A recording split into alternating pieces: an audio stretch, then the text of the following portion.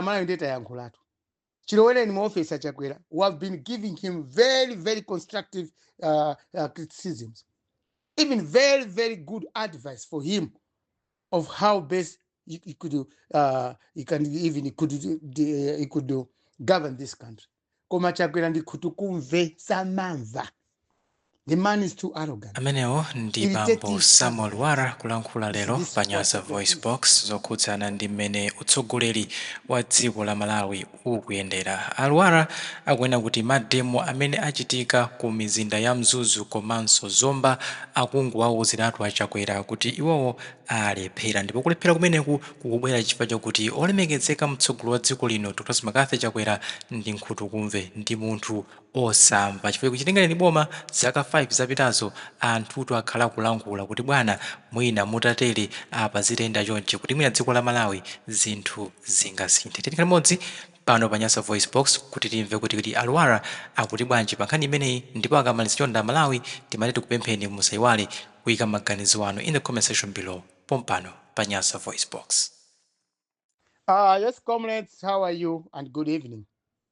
Maswera bwanji ndipo muli bwanji. Comrades, zachitika lero izi ku Mzuzu kapena ku Zomba. People have marched ku Mzuzu, ana panga demonstration. They have been victims of the demonstrations yomwe yachitika ku Mzuzu. It's a very sad situation that we're in. So it's quite unfortunate that these things are happening while the president is here in the north. Achakwera ali kumpoto kuno, koma zinthu zichitika kumene ali kumpoto ku Mzuzu ko.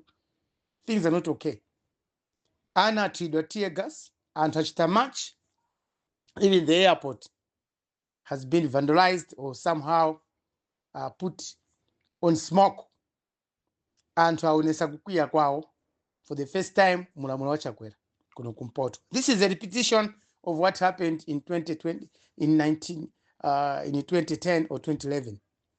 It started like this in the north. And hakumpoto akafika saa zoti they are misbehaving against the leader. Ndio kuti afikapo, penipeni afikapo. The leader mean business.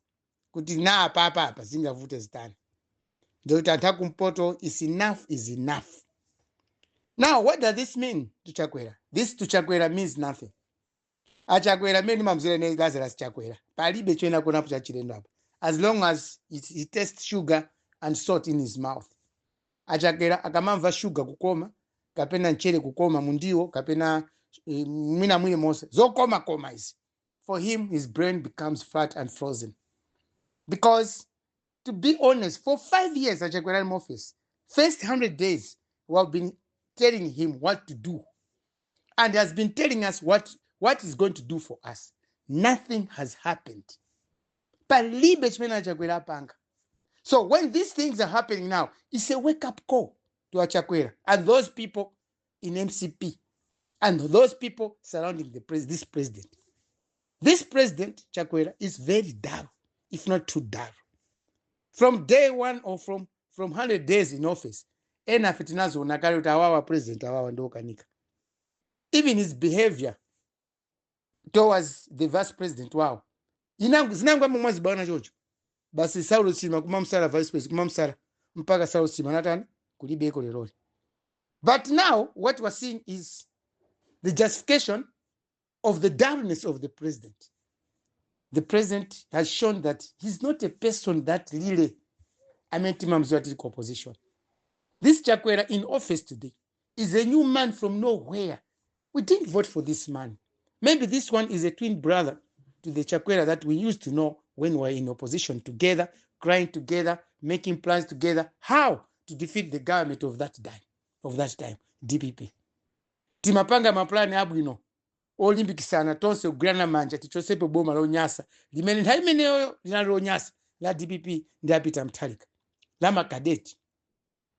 We were well organized, well focused, and we could speak good. We gave hopes to so many people that when Chakwera kapita ku State House, things will change. But the opposite is now what we're witnessing today. People are marching on the street. Mfuti zikulira, matie gasa kumveka, ame atuka ku barracks, trying to control the situation or to pacify the situation. But even though akuza kupanga choncho, But still more, the action itself has told Chakwera that he's a failure. For me, I don't call Chakwera a failure, but I just call he's a dull president. He's one of the dullest leaders we have on earth today. Because kuyankhula Malawi ndeta yankhulatu. Chilowere ni officer Chakwera, who have been giving him very, very constructive criticisms. Even very, very good advice for him of how best he could do, he could govern this country. Koma Chakwera Ndi Nkhutukumve Samamva. The man is too arrogant, irritative, arrogant. This is what Chakwera is. When people are complaining, him with smiles. When people are complaining and when people expect Chakwera, he speaks the opposite of it. The man is very flat. Very, very flat than any other leader. I mean, how can people demonstrate when you are there in Mzuzu? And you can see this president what has been doing while in the north. Palibe muntu wanzeru yemwe Chakwera kumanapo naye. Chibweni kumpoto kuno angu kumande antu omwe ifeo tikuti machita regarding at antu opanda pachi. People with no influence in any governance issues. Antu omwe saziwa ndale mezima endela. Antu omwe saziwa chitukuko. Ndamina ukumande Chakwera kuno kumpoto. And see how North is on the map in terms of development. Miseu tilibe wabwino kunoko. Antu amene wakumanda Chakwera ku state road. Akuenda miseu ya mapothole. Magamu tamena upanga haya akumaonongeka and repairing them. They are too costly to repair them. So Chakwera today, the city ya Nkhampira leroli, city ya Mzuzu. This is for the second time. It reminds me when I was also a young guy. Timapanga match Mzuzu against the Boma DPP. I know we did it better. Tinasintha zinthu. Koma sakale chizowerezi kuti president ngati sakumva tizimuzuzula choncho. Koma so president yo alipoyo amene anthu akumpangira zimene zizi must understand why people are doing that. Than the people amene apita kumastiti kumakachita match. The president himself must understand why people are doing that. And for how long are they going to be doing that? Of course, we are going towards elections. Had it been the president, he's got that apathy.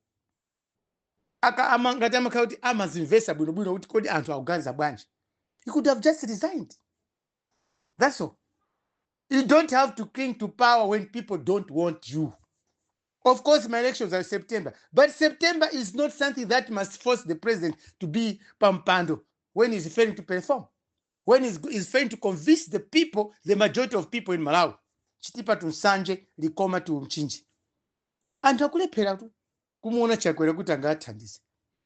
So Chakwera mena ali kumzuzu kunoko. This is the certificate that has been given to Chakwera. This is a diploma or a degree or a PhD. Yomwe Chakwera walandira pakulephera kwake. He's got a PhD in a failed governance. That's it. Because ineyo kanga the president ndikanaka ndi intelligence yamphamvu kwambiri.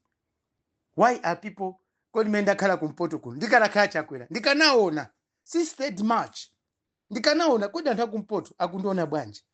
And he could have been receiving very good intelligence from the rightful institutions. But it seems that even intelligence Chakwera inataya intelligence. It seems that he's not gathering any intelligence or is not receiving any good intelligence about his presidency. Maka kapita kumalo ngati mena abwera kumpoto kuno. Already kumpoto kuno, we don't want Chakwera. We don't need him. Us here in the north, we feel that Chakwera fooled us by bringing in Saros Chilima kubweresapo ngati vice president. People of the north tinavota kwambira na kumpoto ambira anavota bwino because of Saros Chilima. And the president must know this. Akanaziwa ndita president, he should be bearing in mind that people Chakwera ngati anawina boma kunoko. Even looking at the number of votes, imene anatenga Chakwera pa 2019, you could see that people never liked Chakwera here in 2019. And it was quite good or quite lucky to his side that Chakwera, that election was nullified by the Concord. Tinapita Mutose, we formed Mutose Alliance as opposition. Chakwera na waboma after the court nullification of that previous elections, 2019. So Chakwera akanaka ndi intelligence. Why people are saying all this? If you get the same, why does Samuel Lwara hate me? Akanaziwa kumpoto kuno kuti chifukwa chani Samuel Lwara amandida. Akanaziwa zimene zizi. Maybe he could have strived. He could have strived to say no. Kuti Samuel Lwara ndilo kumanaye bwanji. Or sending the intelligence to Samuel Lwara to meet him so that timuuze zimene Malawi tukufuna. Because we can't just be waking up in the morning kumauza Malawi kumayankhula ma audio for the sake of just speaking or enjoying the words or enjoying my phone ameti now. We speak because we love this country. Timayankhula kwa Zuzula Chakwera. Tikulikonda ziko latuli. Ndesi timafuna chikondi chathu chizisokonekera because of poor leadership ya Chakwera. Posamva ndi mtima wawo wopanda nzeru. We don't want this. So akana karantejes bezangoti kodi Lwara Germany zakuti. Sometimes what we speak zimonanga zizopheka.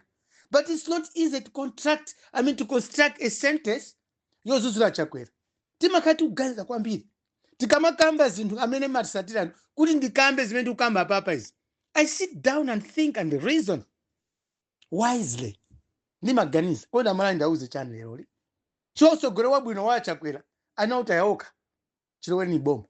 Because when he was in opposition, I'm very bwino. But now, Malawians, ndikusimikizana Chakwera, tinaika pampando, he never wanted to be the leader of this country. Samafuna okhala president. Amangofuna muntu okangonjoya ku State House. This is what now I'm just discovering from this man. Zachikonda makamba aliko opposition, zimene mmene mazuzira boma, chizungu chabwino chija. That was just a lie. It was a lying door taking him through government. Amango nama boza basi. Zinjama nena zosezi. Masente sama kamba olimba ntima. Kumakamba ngati muntu hoti a philosopher. Yet the man is not even far much behind. Far much away from being a philosopher. And Hamati Chakwera Ndi philosopher. And now you can see Malawians, this man understand he got about 9 points, if not 6 points. Kupita Chancellor College, he did anapanga za ubusa. Maybe he could have done a different course. Apart from ubusa. Because his background as a reverend, this man is nowhere to be seen as a reverend or a pastor. I don't come to Basi, just another opportunist by telling lies to people, convincing people to win elections and do nothing while in government. Look at the many challenges that were faced with Chakwera as a country. Our kwacha yatu yatiratu mhamvu against a dollar, rand, or any foreign currency. Taonani many admark, inata admark. All those institutions, zomazimapeleka chakudia kapena forex Malawi. Palibe you cannot show. Palibe chimokuchona, ma farm institute. Kama invest yatu haku Malawi, ana kama za school, no jobs. Ana kumatuma ku Israel, kukazala cabbage. Panopa, cabbage yemo ndiza fesi kontikoza kuzala, ndupanga export ku Egypt. Ku Israel. But what is happening now? And now talking about cabbage to Israel. How are you going to get forex out of that? Of course, it's a good deal. Some families are benefiting. But this is not the way how to do things in the country when we have got fertile lands. Tindi malo kuno kumalago, tindi nthaka zabwino. Tikoza kulima zichiri chonse chabwino, chomwe nthaku Israel kuza magula from us. Rather than sending our kids to Israel, working hard in farms, making Israel a great nation. Whereby here in Malawi, ana omweja, ana ashta graduate, kwena si, Mwimba, all the colleges. My investor ana tu up zero. When we Chakwera Kawanzeru, you could have made these students or these kids, these children of ours. Aganapa ganata atua. Azirima, azigulan chitos apa mwamba with this modern technology of farming. Malawi could have been a very good export country rather than being an importing country. So Chakwera, he's got no intelligence at all. And this is quite painful. When we look at a leader, whoever smiles, Pasiko Chakwera, Ama Sekera more than 1 million times. And you wonder what is he smiling at? But when we come on the table, the working table, Chakwera has never sat down on a table in office thinking about an ordinary Malawian, a Malawian who gave him vote. Even forgetting the people who campaigned for him 2019, 2020 to be in government. Chakwera anaseka makutu. When we're speaking for the people, we mean it. We still have that pain that everyone is feeling. aliyense amene akuva kuwawa ku Malawi nafenso amene tikuyankhula kuwaunikira Malawi tikama kuunikira nafe zimatiwawa. We've got our own challenges, and our own challenges timazosa anzathu sindaso ma neighbors kapena anzathu ma district ina kapena kumadereni na Malawi mkufa chimozimozi. So what Chakwera is doing today Malawi, let's not focus on elections only. Tiganize njira zina kodi Chakwera angamve branch before elections. Mwina siku lina tikozapo mako kuti Chakwera ko apanga zinthu zanzeru koma zinthu zanzeru zichoka kuti chifukwa Chakwera is surrounded by fools. Zisiru zaboza zopanda pachi zimene zimayenda ndi Chakwera. Chakwera does not want to interact with clever people or stronger people in terms of minds. And anzeru Chakwera maopa. There are a lot of good people Malawi muno. Ochita bwino anthu Malawi kuno aliko. Ophunzira bwino. Just like the chief secretary, his own chief secretary, Colin Zamba, well educated. Munthu wa bwino. Anapita ku school bwino. And when he was appointed for that position, timagaza mwina Chakwera azimbako zero because Chakwera has never worked in government. Anango yamba za ubusa za ozo. Sana namba agwira nchito. After agwira nchito kuchipiku, private sector unali chipiku. From there, ndawo namba ubusa kena kukhala president. While secretary wao went to school. He's got qualifications. He's going to die as a professional.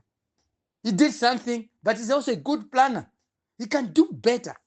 Hadibi Chakwera mavera secretary wake.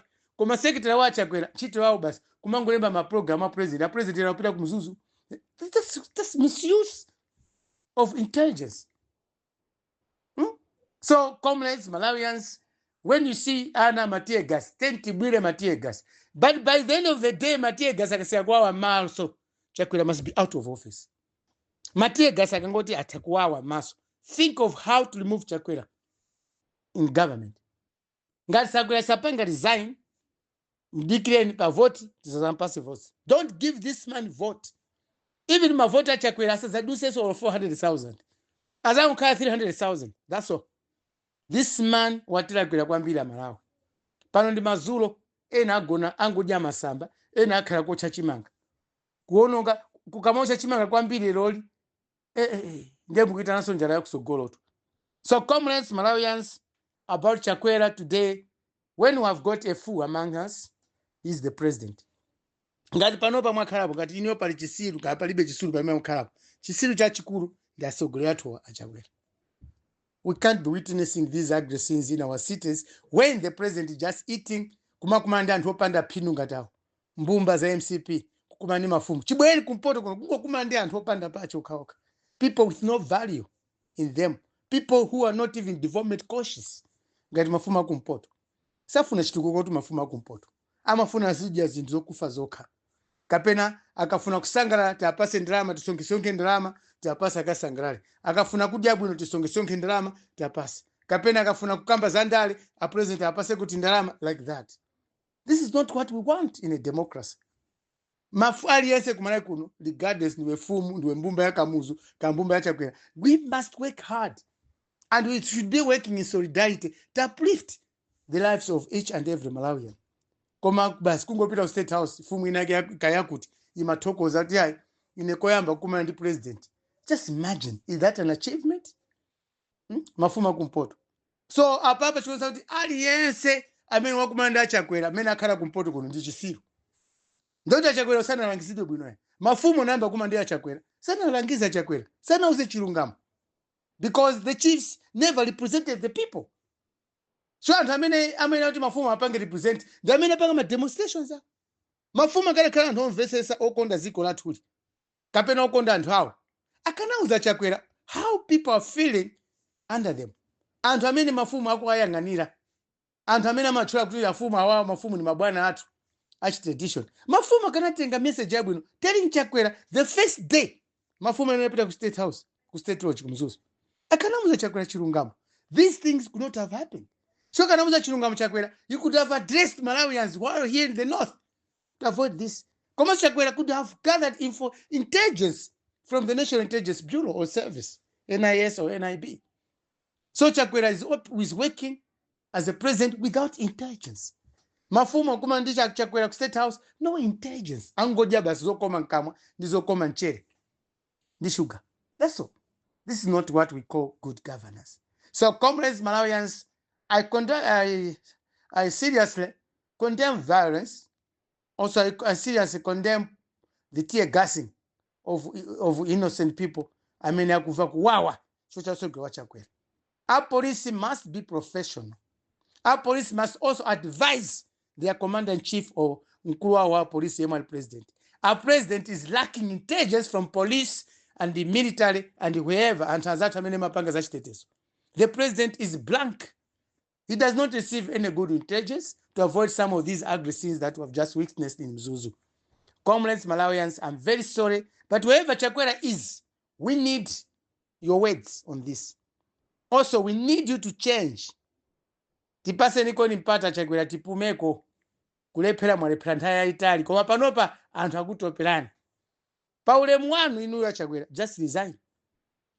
Mwina mafumu anangolakwisa kapena amene mwakumana mbumba zakamuza kumzimba kapena zakuchitipa. Ngati sizinakuuzeni kuti kumene achokera mafumu ndi mbumba zimene zafika ku state logical. Kumuzi kusanasanzike kuti awakumana ndi inuyo. Chimene mwauza chimene adya ku state house uko ku state logical. Anthu kunoko sanadye kunja kuno. So Mr. Chakwera, wherever you are, you must know that this country is not for you. This is our country, and we made you to be the president to do the rightful thing. Not to intimidate us, not to invite the people who don't have value in your governance of this country. Comrades, Malawians, when there's a fool today, the president is a fool. Good evening.